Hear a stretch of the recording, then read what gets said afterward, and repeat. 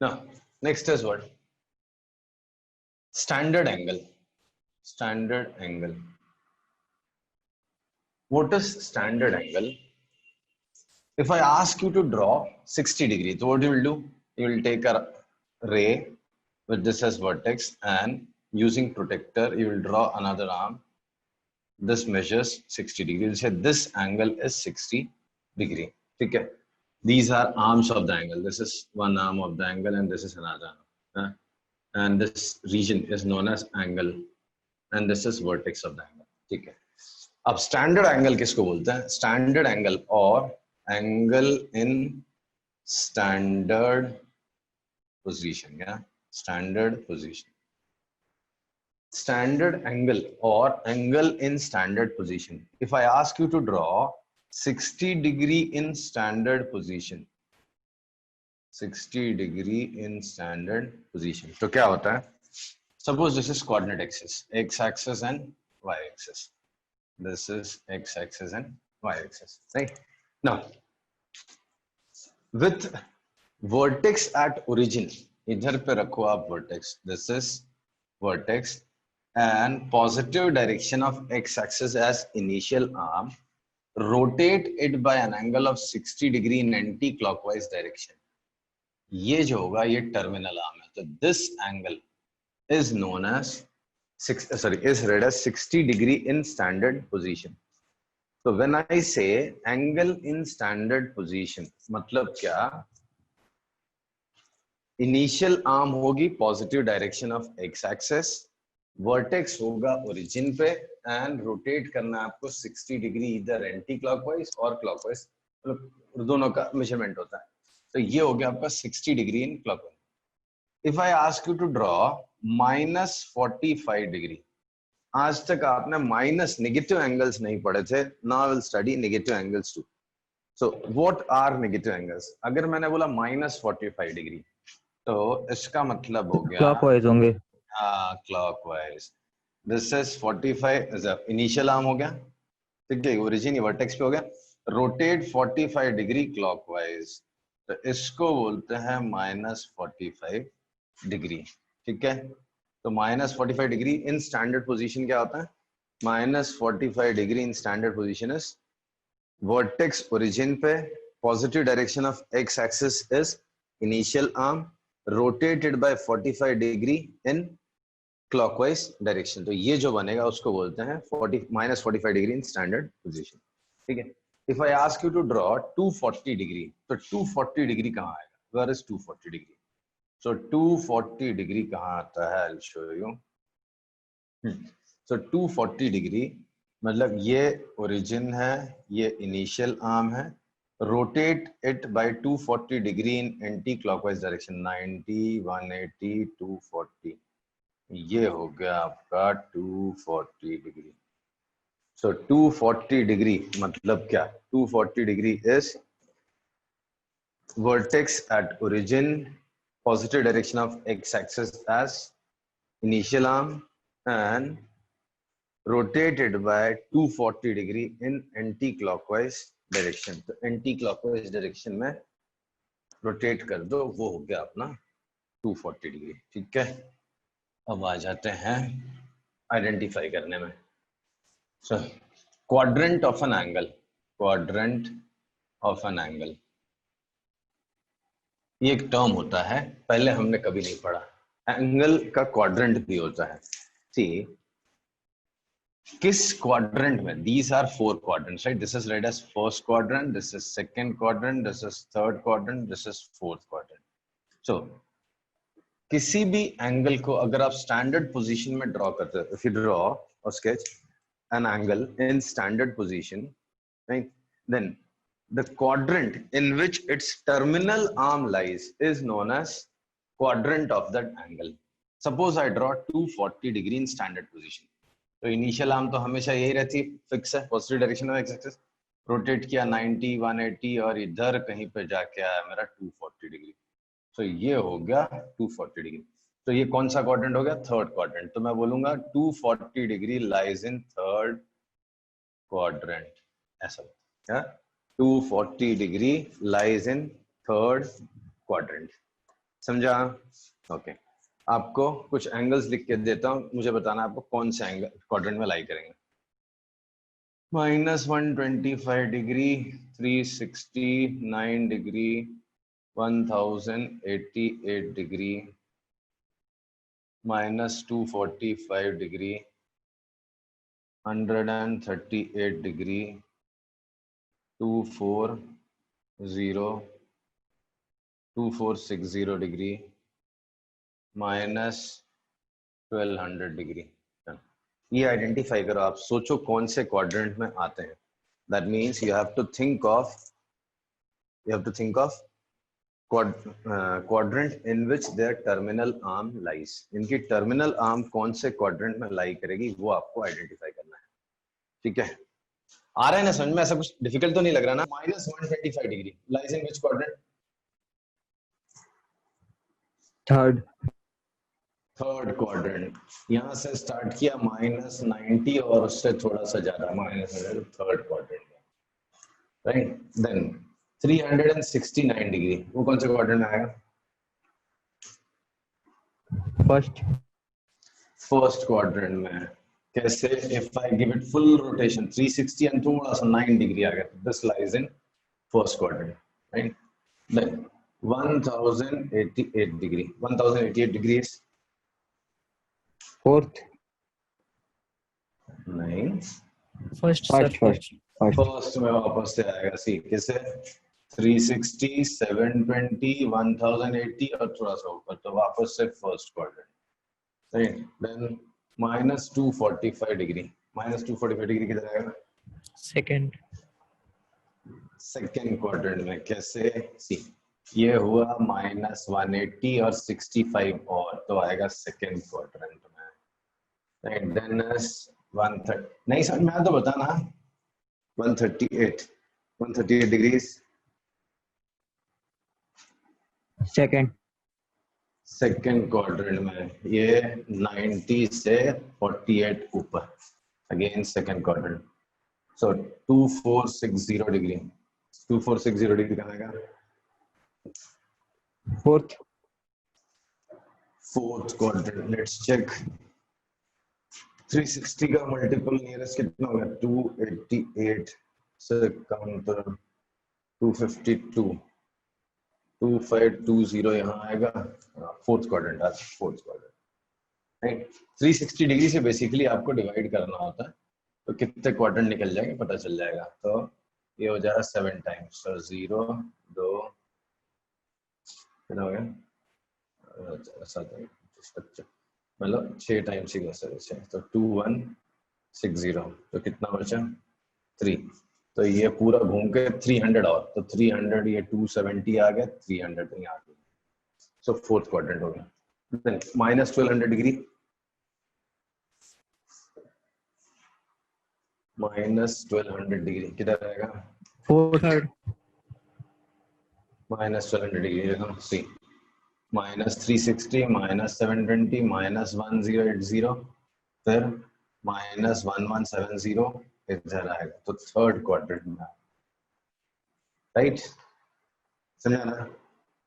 Okay, then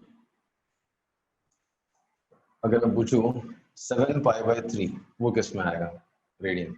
7π/3 radian will be in which quadrant? 7π/3 किस quadrant में आएगा?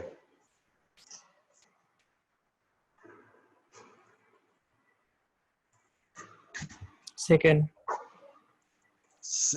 नहीं आएगा, फर्स्ट है। नहीं, π/3 420 डिग्री के आसपास हो गया, तो 360 से ये सही है, फर्स्ट क्वाड्रेंट। ठीक है, चलो अब जाओ।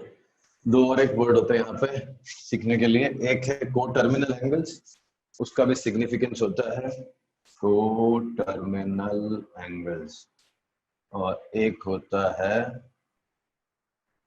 Quadrantal angle. क्वाड्रेंटल एंगल क्या होते हैं ये? को टर्मिनल एंगल, को टर्मिनल एंगल मतलब जिनकी टर्मिनल आर्म्स सेम होती हैं। सी यहाँ से स्टार्ट किया, ये कितना समझो 30 डिग्री, राइट? फिर पूरा घूम के 390 आ गया, ये भी कोटर्मिनल है, ये दोनों एंगल्स कोटर्मिनल। फिर एक बार पूरा घूम के 750 डिग्री आ गया, फिर से एक बार कोटर्मिनल, फिर एक बार घूम के 1110 डिग्री। तो वही घूम के जब आ जाते हैं तो उसको को टर्मिनल एंगल्स बोलते हैं। इसका इंपॉर्टेंस है, को टर्मिनल एंगल्स के लिए ट्रिग्नोमेट्रिक फंक्शंस की वैल्यू सेम होती है। आप कैलकुलेटर अभी फिलहाल यूज कर लो, साइन 30 निकालो, साइन 390 डिग्री निकालो, साइन 750 डिग्री निकालो, साइन 1110 डिग्री, सब same.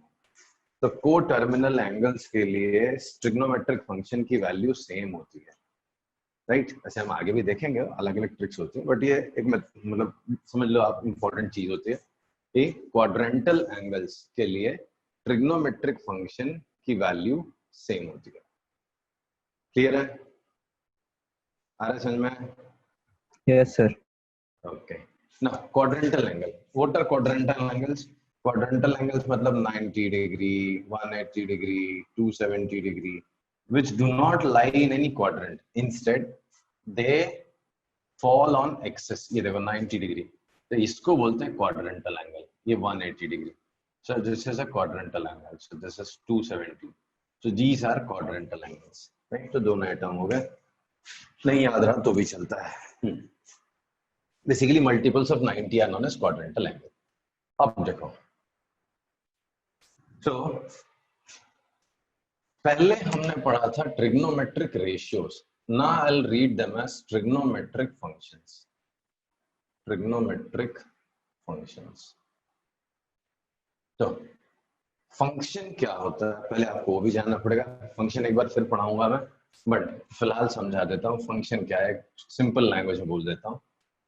Anything which depends on x, anything which depends on x is a function of x. ऐसा फिलहाल समझ लो. क्या ऐसा होता नहीं है, बट थोड़ी देर के लिए मान लो. Anything which depends on x is known as function of x.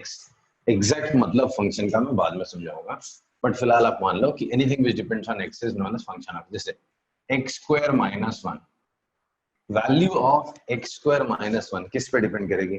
Obviously x की वैल्यू पे डिपेंड करेगी, right. Value of x square minus 1 depends on the value of x. x की वैल्यू 1 होगी तो इसकी वैल्यू 0, x का value 2 होगा तो इसका वैल्यू 3, x का वैल्यू 3 होगा तो इसका वैल्यू 8. तो this depends on the value of x. तो this is a function of x. Root of sine x. अभी ये किस पे डिपेंड करेगा? ऑब्वियसली x पे डिपेंड करेगा. जैसे जैसे x की वैल्यू चेंज होगी वैसे वैसे साइन x चेंज होगा, वैसे वैसे रूट साइन x चेंज होगा. तो this is another function of x. ठीक है, तो ये हो गया फंक्शन. अब स्टेटमेंट यहाँ पे जो है, पहले आपको क्या सिखाया था? Sine, cos, tan, cot, sec, cosec. These are trigonometric ratios. इनको बोला था एक राइट एंगल ट्रायंगल में. क्या?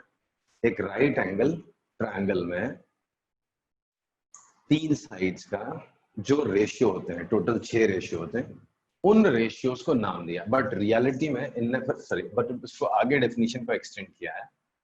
Suppose x be the angle in standard position. x is, या थीटा लिख देता हूं. Suppose theta is angle in standard position.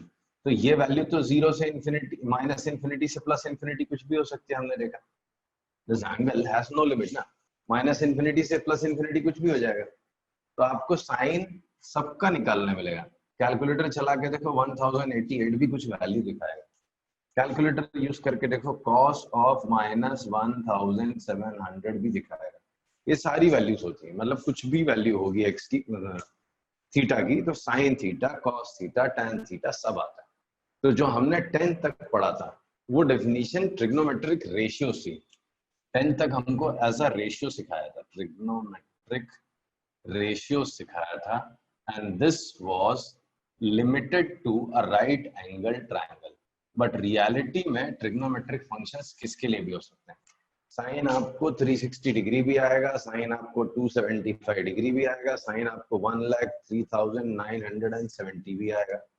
तो किसी का साइन को सबका निकलता है, राइट. वो बात और है कि सबके लिए हम नहीं निकालेंगे, कुछ कुछ के लिए हम सीखेंगे एंड बाकी कैलकुलेटर फिर है ही अपने पास, या ट्रिग्नोमेट्रिक टेबल है। तो ट्रिग्नोमेट्रिक फंक्शंस, अब हम बोलेंगे sin x is a function of x, या I'll say sin x is a function of x। ऐसा आपको रीड करना है मन में, sin x क्या है। पहले हमको सिखाया गया था भाई वो रेशियो है किसका, दो साइड्स का, राइट एंगल ट्रायंगल की दो साइड्स का रेशियो होता है, बट रियलिटी में sin x is a function of x।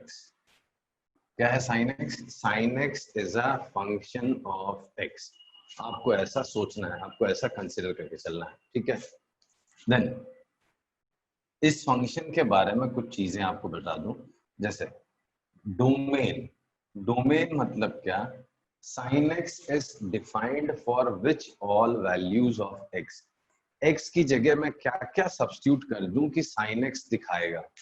जैसे 1/x निकालना है, सपोज करो 1/x, तो x की कौन सी वैल्यू के लिए ये चीज डिफाइंड होगी, 1/x डिफाइंड होगा। For which all values of x 1/x is defined।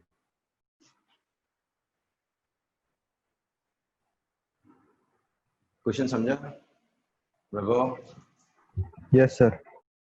आप 3, अगर x की वैल्यू 3 डालो तो ये चीज डिफाइंड होगी क्या? फंक्शन कितना आएगा, x का वैल्यू 3 होगा तो फंक्शन का वैल्यू 1/3 होगा।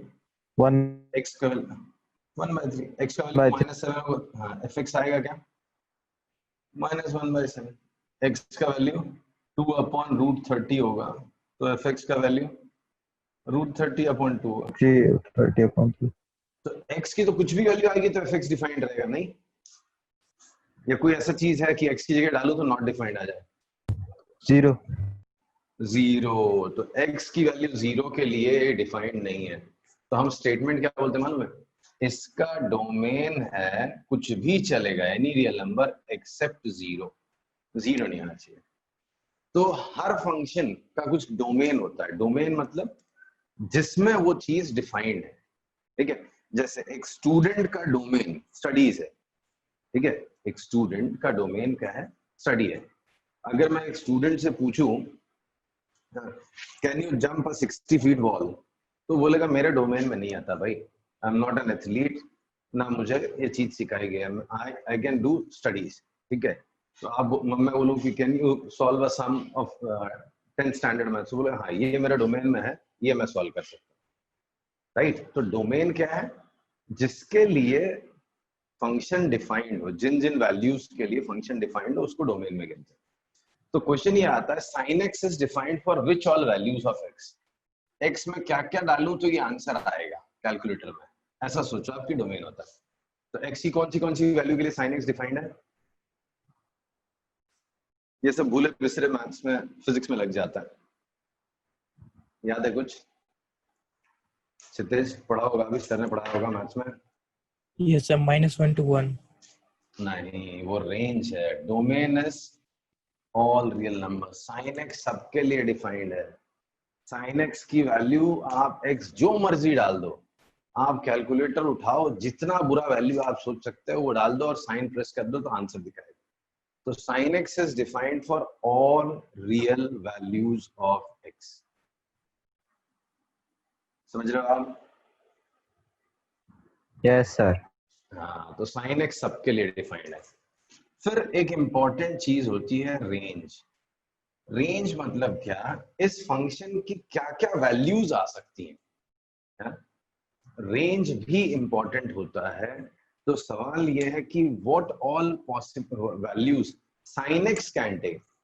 x की क्या क्या पॉसिबल वैल्यूज हैं जिनके लिए sin x डिफाइंड है, वो क्या हो गया, वो हो गया आपका डोमेन।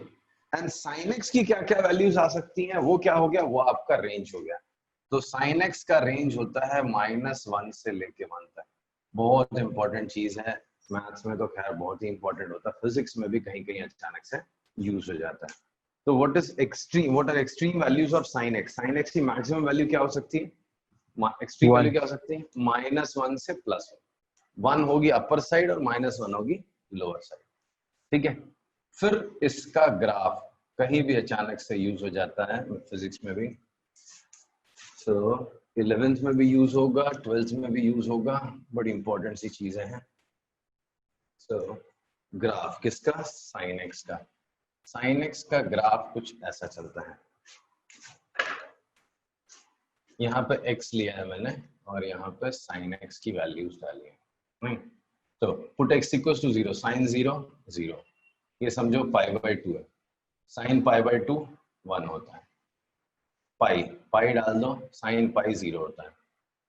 3π/2, साइन 3π/2 -1, फिर 2π डाल दो, 2π पे वापस 0। कुछ ऐसा ग्राफ नजर आता है।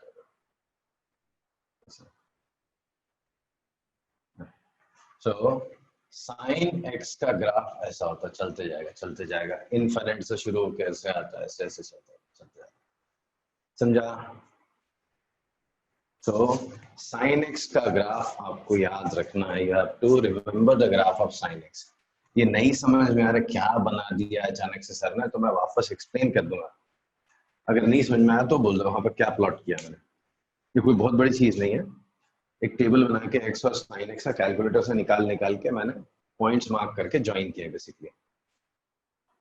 वैभव ये सब डाइजेस्ट हो रहा है पक्का ना? Yes sir. तो मैं वापस बता दूंगा। ओके अब यहाँ पे याद क्या क्या करना आपको। देखो साइन 0 कितना हो गया? 0 sine pi 0 sine 2π no 0, sine pi 0, sine 2π 0, 3π 0, -π 0। In general ये आपको याद रखना है, साइन nπ 0 होता है। Sine any integral multiple of pi, sine pi -π 2π sine 5π sine -8π सब 0 होते हैं। ठीक है ना? साइन π/2 ये कितना? 1 साइन 3π/2 ये कितना?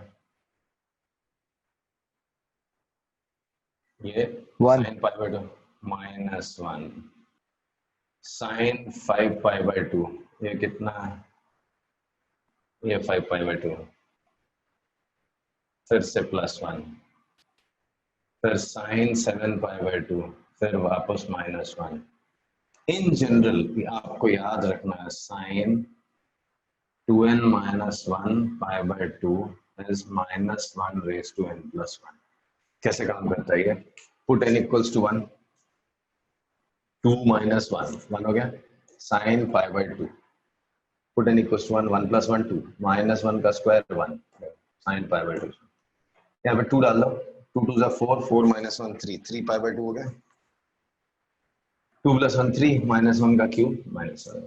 ठीक है 3 डाल दो, 3 2 = 6 -1 5π/2, 3 + 1 4, -1 raised to 4।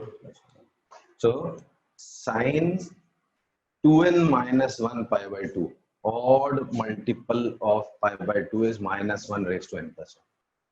ठीक है अब इन सबसे ज्यादा इंपॉर्टेंट चीज है जानना हमारे लिए, sin x is a periodic function। sin x is a periodic function, it's very important। मतलब इसकी वैल्यूज थोड़ी देर के बाद फुल रिपीट मारती हैं ऐसे। ऐसा है ना, ये जो वैल्यूज आई ना जैसे जैसे वैसे यहाँ पे एक एक वैल्यू है, फिर इसके आगे जाओगे ना फिर से यही वैल्यूज, यहाँ से शुरू करोगे फिर से यही वैल्यू। तो हर 360 डिग्री पे फंडामेंटल पीरियड बोलते हैं उसको, मैथ्स में डिटेल में पढ़ते हैं हम लोग। Fundamental period of sin x is 360 degree, that is 2π radian. मतलब हर 2π रेडियन के बाद वही वैल्यू वापस आएगी। After every 360 degree same value आएगी। कैसे? आप निकालो sin 30 डिग्री, 360 डिग्री ऐड कर दोगे तो 360 + 390 डिग्री, फिर से वही वैल्यू आएगी। फिर 360 ऐड कर दोगे तो फिर वही वैल्यू आएगी, फिर 360 ऐड कर दोगे तो फिर वही वैल्यू।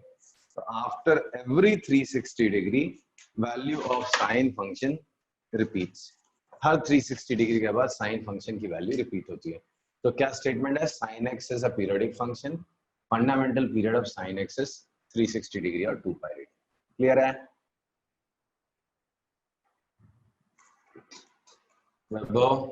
याद रख पाओगे इतनी सारी चीजें? ये सब याद रखना। कभी भी अचानक से फिजिक्स में निकल आता है। अगर आप एंट्रेंस एग्जाम टारगेट करते हो तो you have to be good in this trigonometry part ना। कभी भी अचानक से 11th में बहुत सारे चैप्टर में सब यूज हो जाएगा, 12th में भी यूज होता है, राइट? तो इंपॉर्टेंट है ना। Next is cos x। जैसे sin x एक फंक्शन है, cos x is also a function of x, is a function of x। ये भी एक फंक्शन है x का।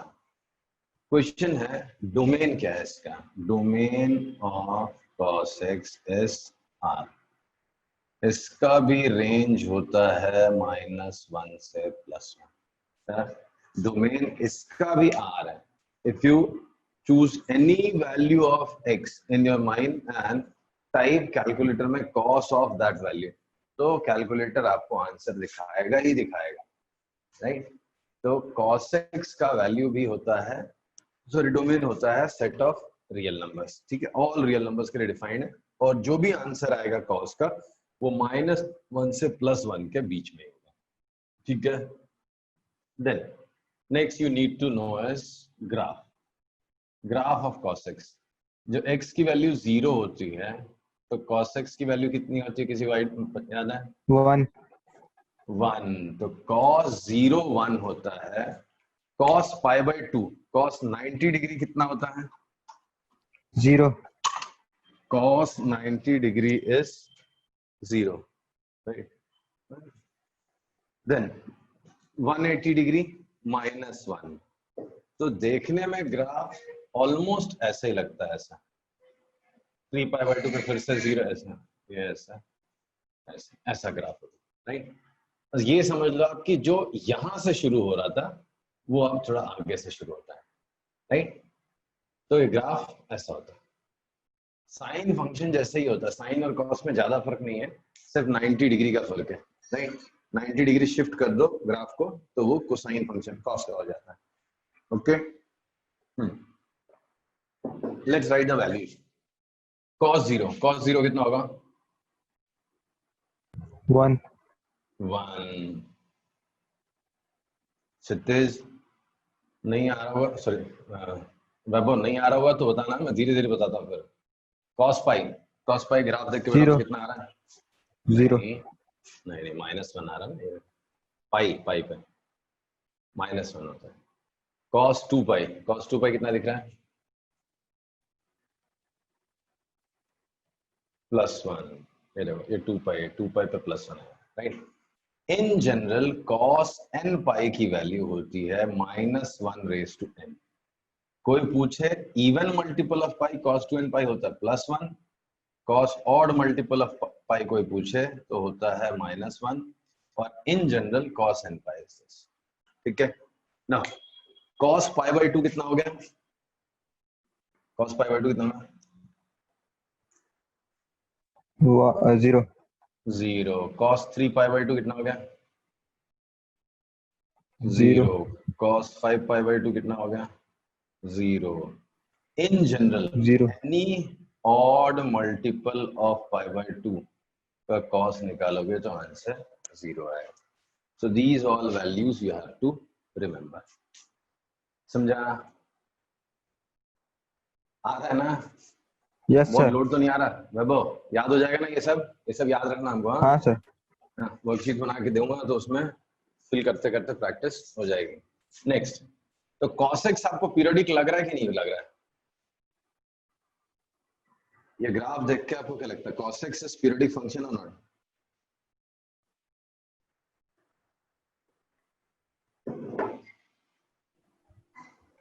Yes sir. है ना? ये देखो फिर से वही सेम आया, फिर से वही सेम आया, वही वैल्यूज रिपीट होती हैं। तो cos x is also a periodic function.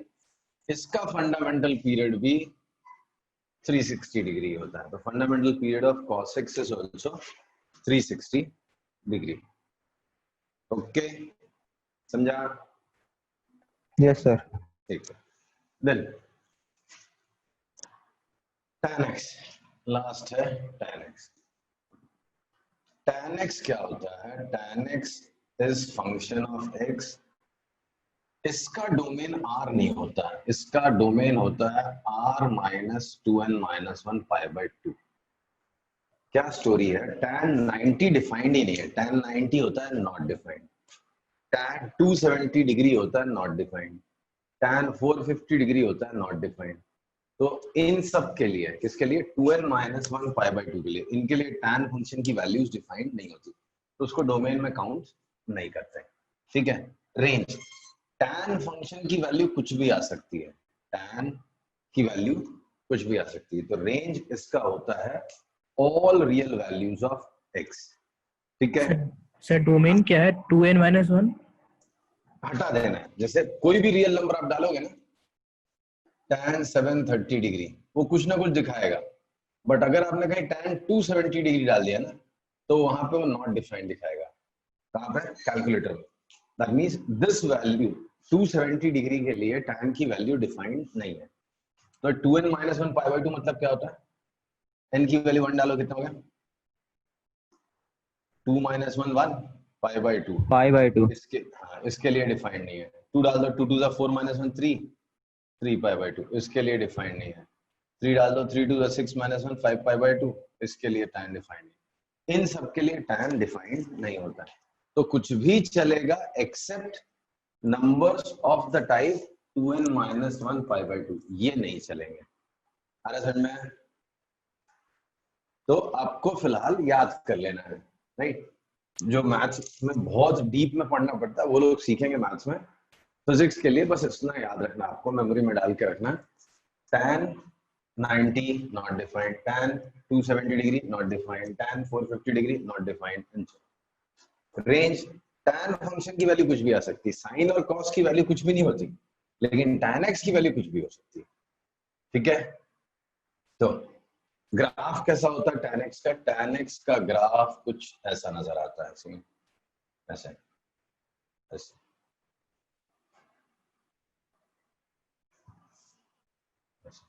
ये होता है आपका 90 डिग्री, पाई बाई 2, ये 0, ये माइनस पाई बाई 2। देखो इन पॉइंट्स पे फंक्शन डिफाइंड ही नहीं, 3 पाई बाई 2, यहाँ पे कोई वैल्यू नहीं, यहाँ पे भी कोई वैल्यू नहीं, यहाँ पे भी कोई वैल्यू नहीं, राइट? तो इन पॉइंट्स पे फंक्शन की वैल्यू डिफाइंड नहीं होती, बाकी जाते ये इनफाइनाइट तक है, वहां से लेके माइनस इनफाइनाइट तक सब वैल्यू आएंगे, राइट? हाँ, इन पॉइंट्स पे फंक्शन का डेफिनेशन नहीं आएगा। क्लियर है? ओके, देन ये देख के आपको कुछ चीजें बतानी है, जैसे tan 0, tan 0 कितना हो Yes, गया? sir. 0, tan pi 0, basically tan any multiple of pi is 0। ठीक है, and tan of 2n minus 1 pi by 2 odd multiple of pi by 2 not defined। So tan 0 0, tan pi 0, tan 2 pi 0, tan 3 pi 0, and tan of any odd multiple of pi by 2 is not defined। तो ये आपको periodic function लग रहा है क्या? Graph देख के tan x periodic है?